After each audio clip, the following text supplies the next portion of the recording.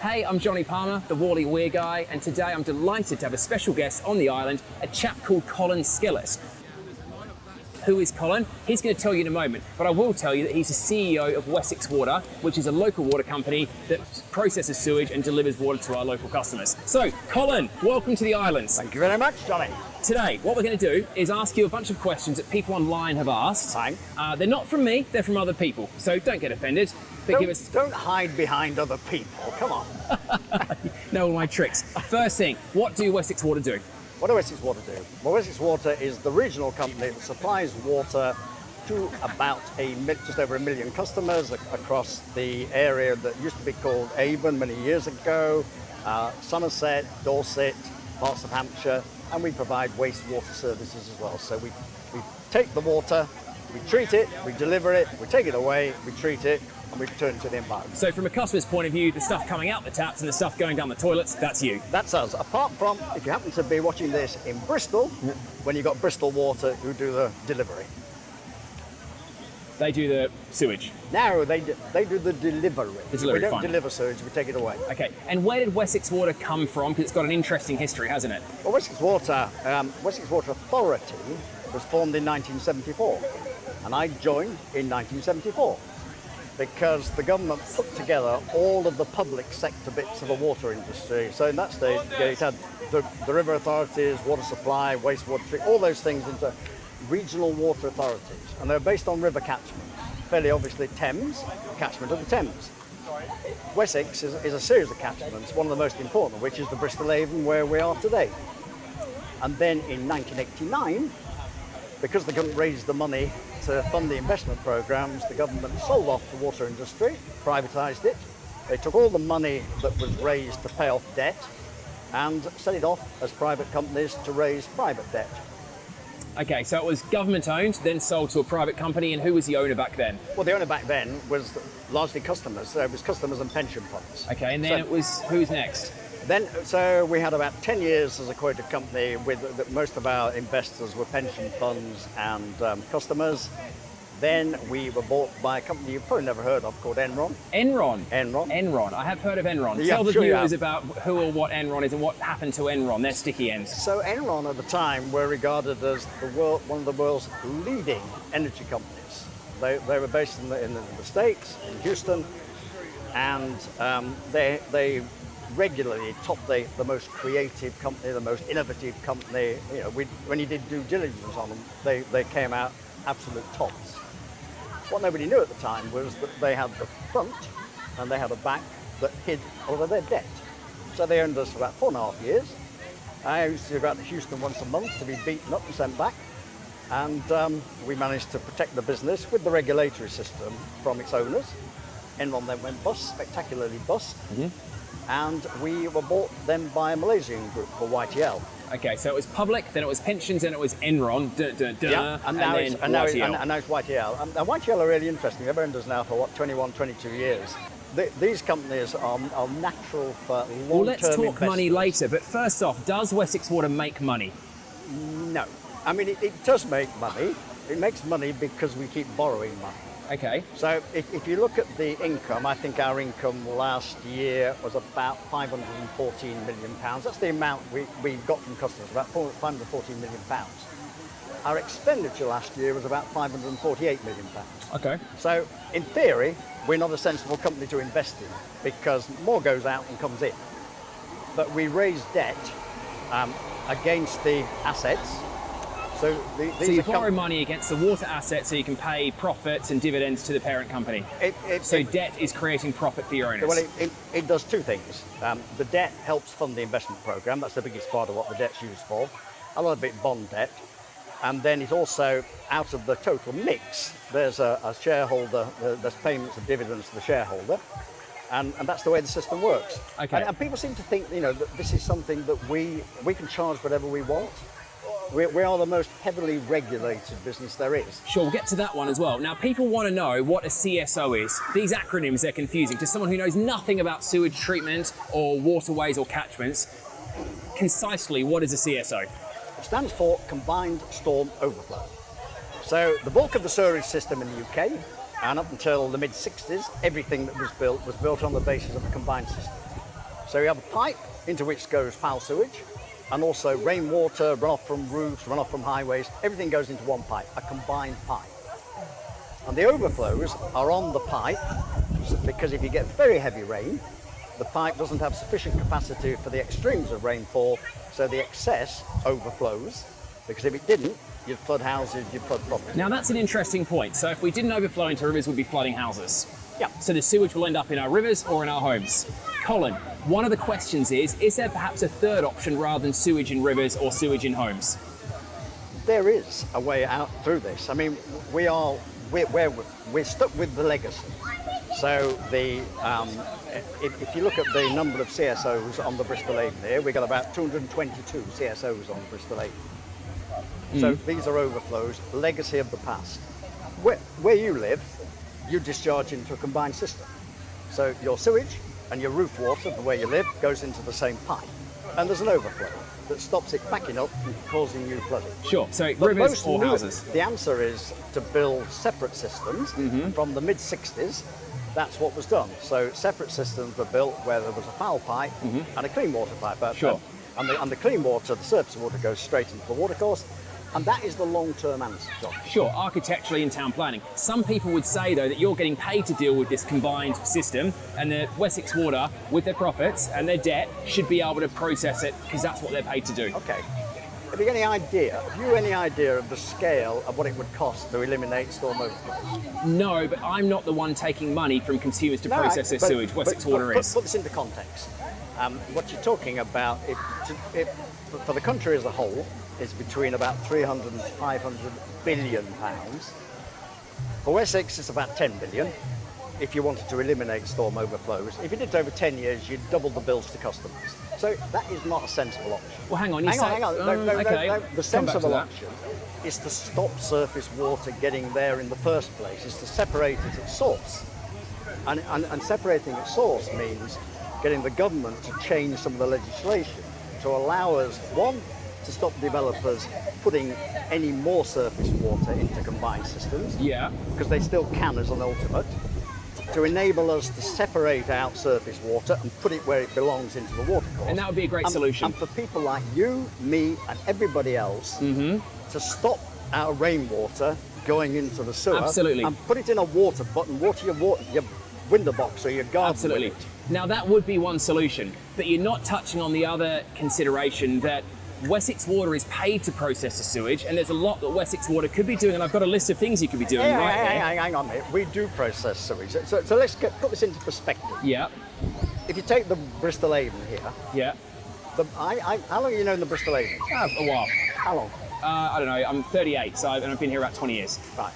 I've known the Bristol Avon for 50 years. Sure. When I came down here, the Bristol Avon was almost completely Sorry, dead. Colin, not relevant. We're talking about now. No, I'm people talking are swimming about, now. People are paying their bills right now. 50 years ago, the world was disgusting. There's no problem with swimming now. I don't know what the problem is. At Farley Hungerford, there's the oldest swimming club in the country. Started in 1933, got 5,000 members. They swim, they enjoy it. There's no problem with swimming, providing you're sensible. Storm overflows have very, very little impact on river water quality. That's not what the people of Worley here think. No. Look, why don't you deal with facts instead of what people think? Well, the facts are that you're overflowing vast amounts. You had 7,446 emergency overflows last year. Your numbers in your letter. Yep. That's a fact. 7,000 emergencies. Now, if something happened in my life 7,000 times, it wouldn't be an emergency. We don't describe them as an emergency. DEFRA does, I think. They call them emergency events. They are part of the design system. They are permitted by the Environment Agency, are responsible for river water quality. We aren't responsible for river water quality, the Environment Agency are. We have to meet the standards set by the Environment Agency. Yeah. So these are not emergencies. And many of them, as you well know, I mean, there are two upstream that affect Worley. There's one at Monkton Combe, and there's one a bit further up. One's about 2-3 kilometres away, one's about 8 kilometres away at the Bradford Neighbour. And if you look at the discharge times, quite often it's just a few minutes. Sure. But that still gets recorded because we report that. We're totally transparent. We report whenever the overflows operate. It's publicly available. Colin, that's not true. You have It's perfectly true. It's not true. You have 1,202 CSOs, and you only monitor 525 of them. So there's over 500, 600, 700 that are not even monitors. Your numbers are out of date.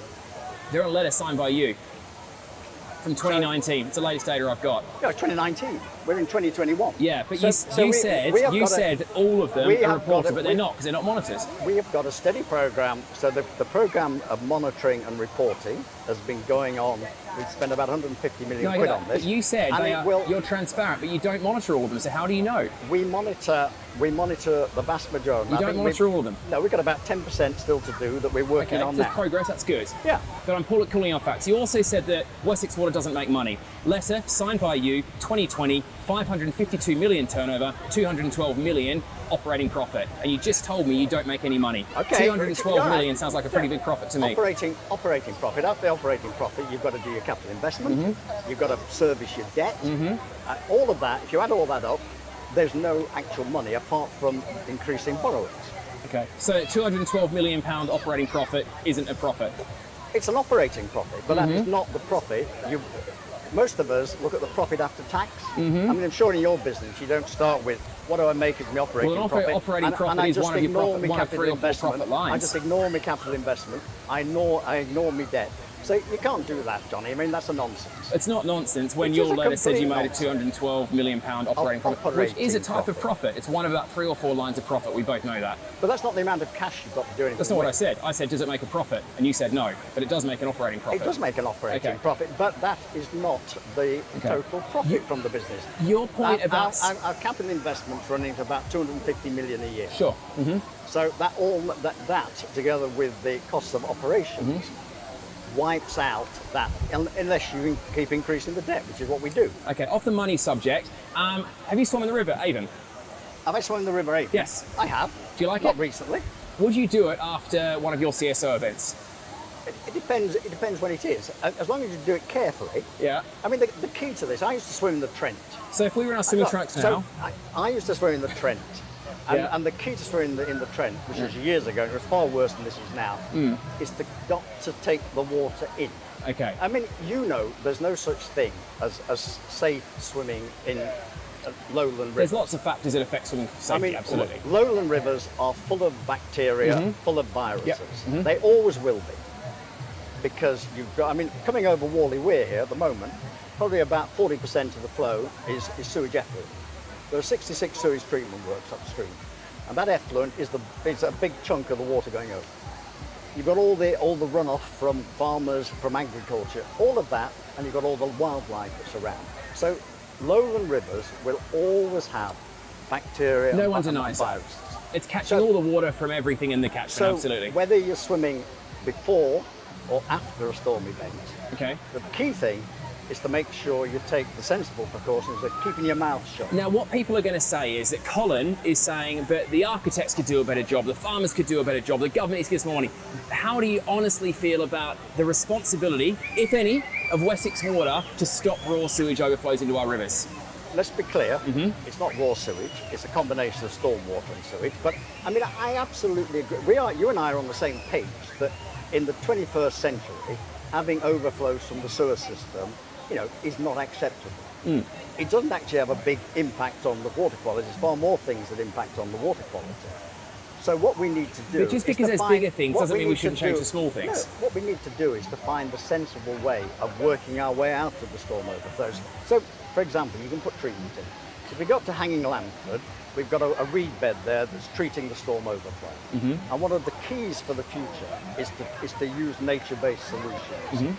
I mean, we talk a lot about money, Johnny, but my biggest concern is where we are on carbon, where we are on sustainability. With respect, Colin, to shoot you down there, people are going to say that's whataboutery. To talk about the carbon emissions from energy production from UV treatment is a weak argument. You know as well as I, there are completely renewable energy programs you could buy your energy from. I'm not talking about UV treatment. I'm talking about if you're going to use capital investment to eliminate your storm overflow, the amount of concrete you've got to pour, the amount of disruption you're going to cause. What we need to do is 2 things.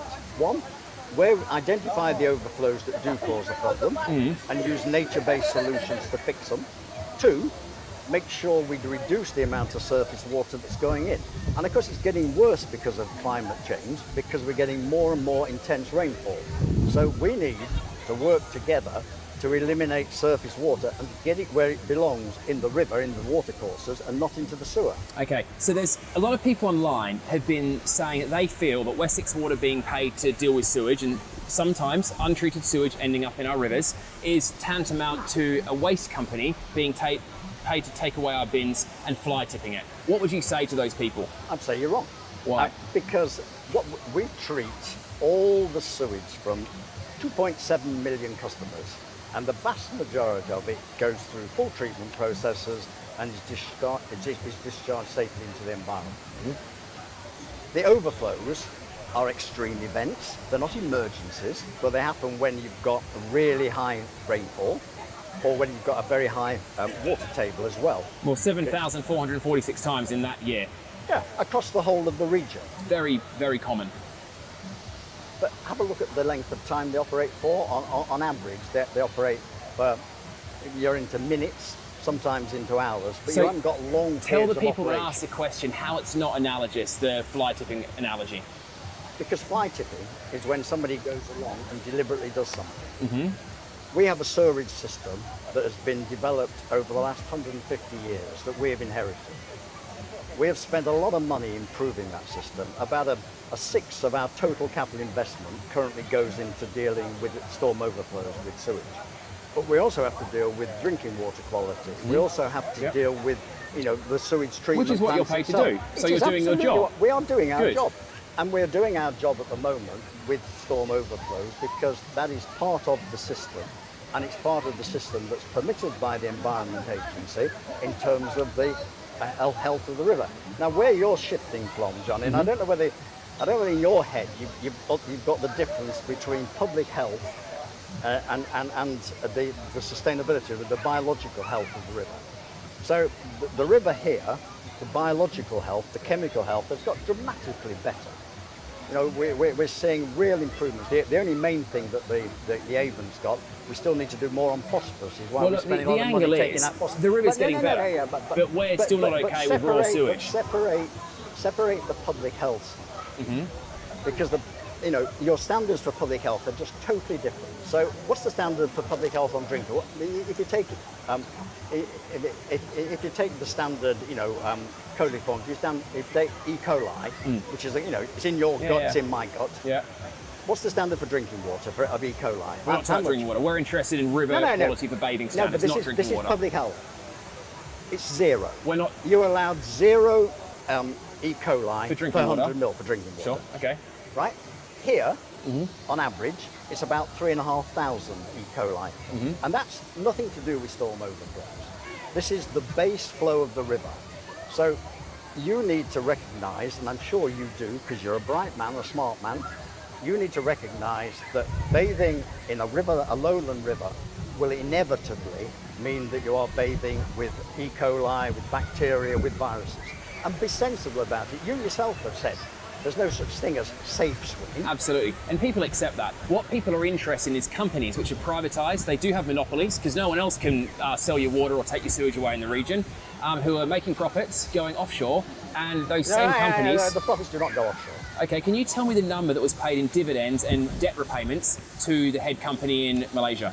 So last year, from Wessex Water Services, I think the dividend was about £50 million. 50 million. And the dividend and the it debt never repayments? it doesn't leave the UK. Okay, what are the debt repayments to YTL? No, there's no debt repayments. Are they publicly funded bonds? Yeah, these are bonds that we sell on the bond market. So 50 million. So let's just be really clear. YTL do not take any money out of the UK. The money that they've made from Wessex Water is currently being used at Filton to build houses, doing a lot of affordable houses, and to develop the arena, which I know you've been interested in. Other cash generating assets. So, what do you do with your money? Well, I was going to raise that actually. So, in the business world I'm in, if you can deliver a great service to your customers and you get your community support right and you don't damage the environment, you can make profit. Profit can be a great cause for change and there's nothing wrong with it. But I think that we have to deliver our service and not damage the environment. And sometimes I feel that Wessex Water aren't really truly delivering the service of processing sewage because you are allowing unprocessed sewage to flow into rivers. That is absolute rubbish. if you look at the Environment Agency's view of Wessex Water, we are ranked as the top performing company. If you look at the Ofwat's, the economic regulator, we are viewed as the top performing company.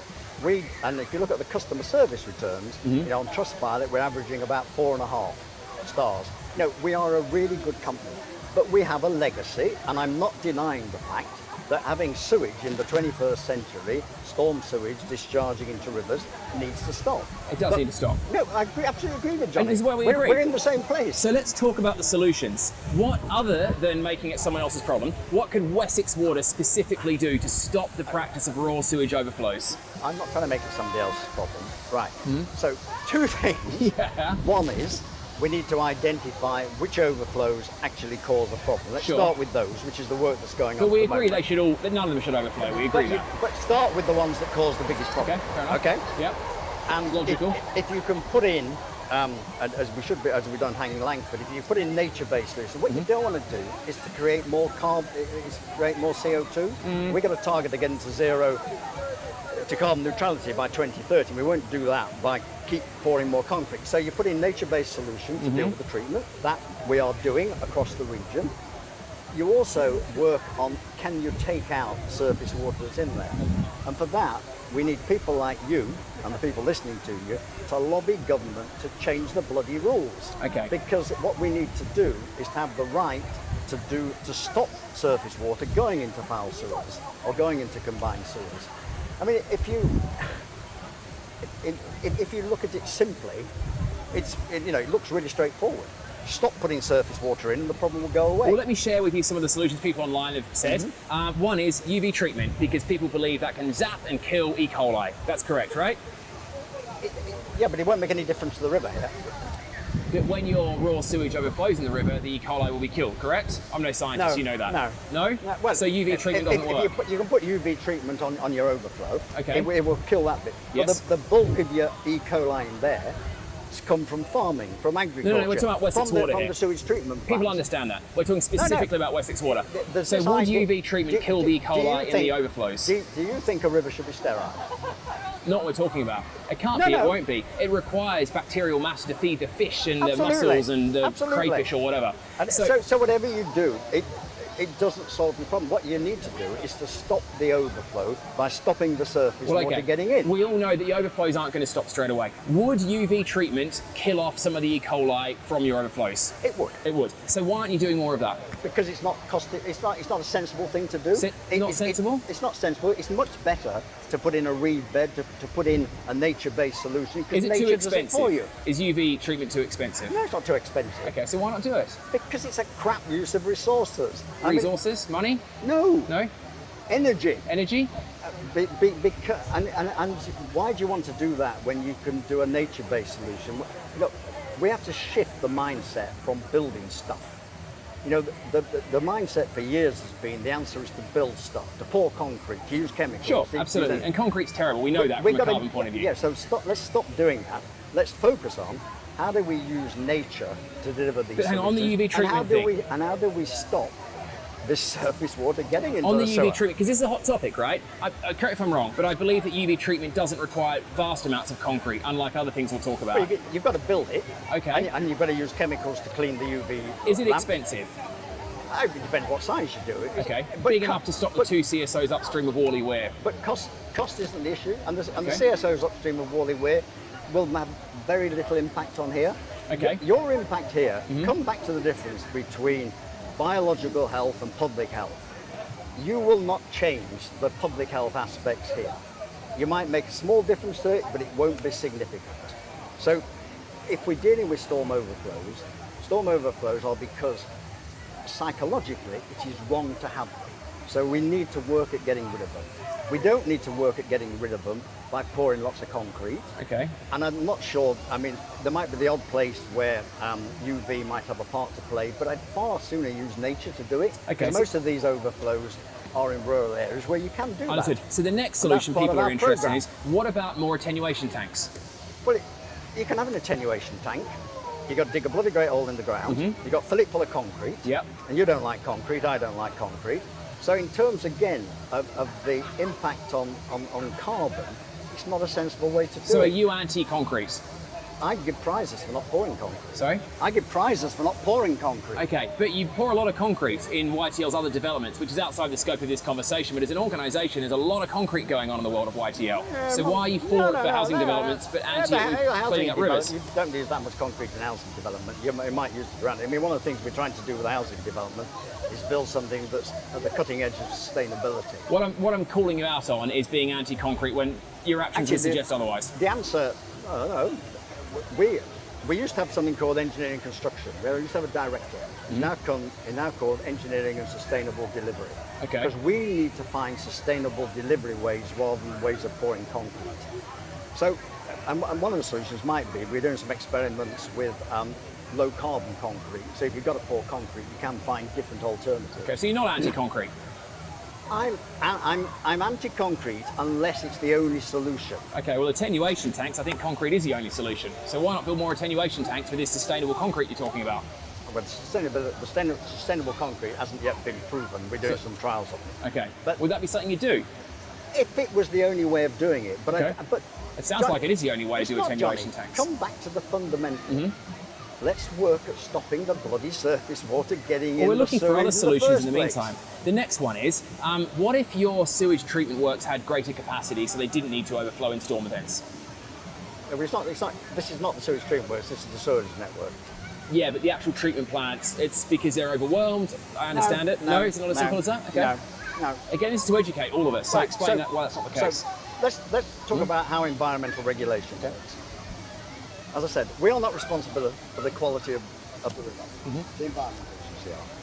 So they set the standards that we have to meet. So every one of our sewage treatment works has to meet a standard set by the agency, both on quality, a whole range of parameters, and on the volume it has to be able to treat.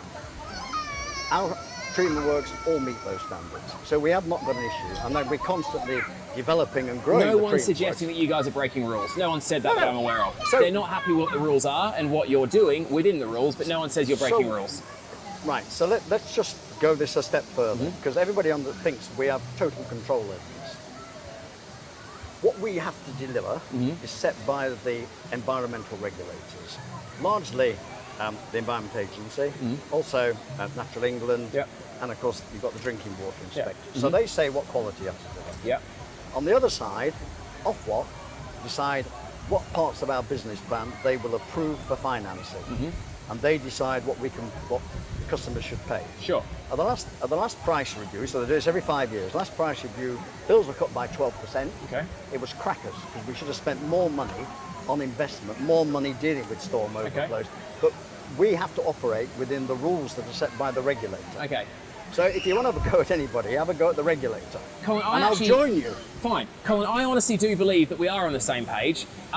So tell me how you would like the world to be in terms of making our rivers cleaner. If you could change 3 things about the world, what would that be? 3 things I would change. 1, I would give water companies the powers to deal with surface water, because it's a mess at the moment. 2, I would be realistic about the levels of investment. You know, at the moment, water bills are 3% of average household expenditure. It's relatively low. For some people, it's expensive. Well, that's where social tariffs, and we were the first company to do social tariffs, because everybody should be able to afford it. And 3, we should focus on catchments, you know, almost back to where we started. The beauty of regional water authorities was that it focused on catchments. And what the Environment Agency have got into is point source. What we should be looking at is what's the quality of the total catchment, and how can we use nature to deliver the best result with the lowest carbon footprint, and many times the lowest cost, but definitely something that's far better than the engineering solutions. Okay. I mean, this river is a beautiful river. I am just as passionate as you about this river. And if you look at the improvements we've made, we've gone a long way, but we've got a heck of a long way to go still. And if you look at the amount of investment that's required, we need to invest more, and that means people have to be prepared to pay a modest increase, and the regulators need to accept that. So those are the 3 things I'd change. I'm sorry. Trains.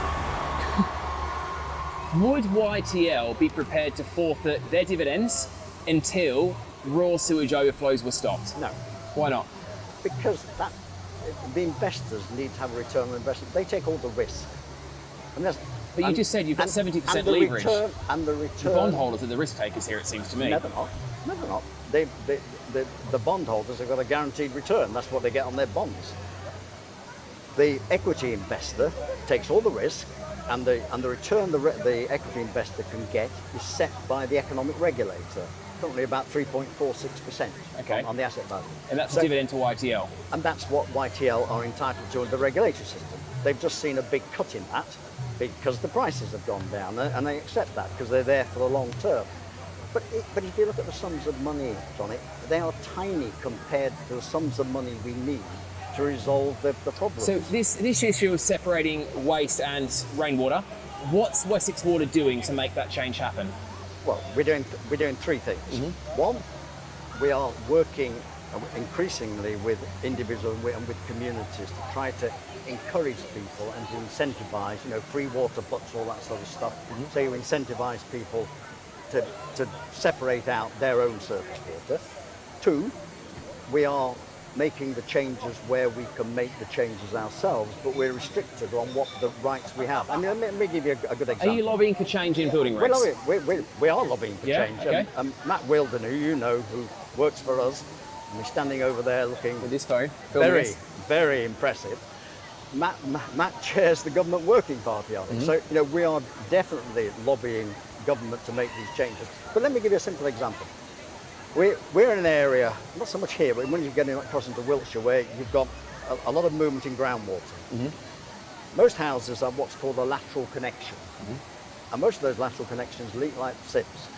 So when the groundwater rises, we get a lot of surface water coming in. And it's why sometimes, you get an overflow operating, people say, well, we haven't had a lot of rain. No, you haven't, but the groundwater's really And that high. goes into the pipes. Yeah, and we don't have the powers to change that. Okay. Local authorities do. We have to get local authorities to do it. Okay. So what we're lobbying for is changes in the rules to enable us to make that separation. Okay. But that's part of it. Part of it is also an education program. This is why things like this help, because we can all play a part. Sure. We do not have to put surface water into combined sewers or into foul sewers. I mean, across the road from you, you've got a new development, haven't you? And there, it is separated. And we just need to gradually get that through. Okay. I'm conscious you've got a call soon. Yeah. So thanks for that. What would you like to say to the people who are angry at Wessex Water because they feel that the actions of your company are making our rivers unsafe? I would say, look at the facts. Okay. They're wrong. I mean, one of the things that we haven't talked about... The facts are wrong or the people are wrong? I think the facts are correct, right. But I think people aren't looking at the facts. Okay. I mean, it's a very emotive thing, and I understand it. Why should any sewage go into a river in the 21st century? And I absolutely agree with that. But the solutions are not simple solutions. They require a change in approach, they require change in legislation, and we all need to join up to do that. Now, one of the things that's key here, Johnny, as you know, is can we find a way... I'm not talking about when overflows operate, because quite often they don't make any difference. Sometimes they will make a difference. Can we find a way of real-time monitoring of the quality here? Because although I say to you... And you have done some great work in that space, so tell the people about that. So, because although I say to you, to get the minimum drinking water, bathing water standard, you've got to get less than 500 E. coli per 100 mil. Some of the time, quite a bit of the time, you meet that here. So what you need and what we need is real-time monitoring so people know, absolutely, this now meets the bathing water standard. In the last couple of minutes, tell everyone what you're doing at the moment. So what we're doing, the problem with monitoring for E. coli is it takes about 36 hours. You have to grow it on an algal, on a plate. You have to grow the bacteria and then count. So it doesn't give you real time. What we're trying to do is put in here monitors that give you an alternative that will say, this is what the E. coli content will be. And that, to me, is the real step forward. Yes, we need to get sewage out of rivers, absolutely. I'm totally with you on that. But in the short term, if we can give people the confidence that this today, and it will today, meets the bathing water standard, that's the answer. Okay. And, if we can do this together, we might make some progress. I mean, the great thing about people like you, John, is you raise the profile. You raise People the love these argument. videos, mate. There's a whole tribal that really enjoy hearing people like you, because people like you often aren't that vocal. So it's great to hear your perspective and to be challenged, and that might facilitate change, hopefully. Look, between us, I mean, I am passionate about making change. I'm getting towards the end of my career. You're starting on yours, or you're part way through it. But the more noise we can make, and the more we can get people to see there is a different way of doing things, but in my view, it's got to be a practical way of doing it. It's got to be nature-based. It's got to be solving the problem at source, and it shouldn't be something that really makes climate change even worse by creating an enormous carbon footprint. Okay, thanks, Colin. Thank you. Cool, appreciate having you here. We'll edit this and publish it and share it around, and hopefully Okay. we can make some positive change. Thank you. Thanks.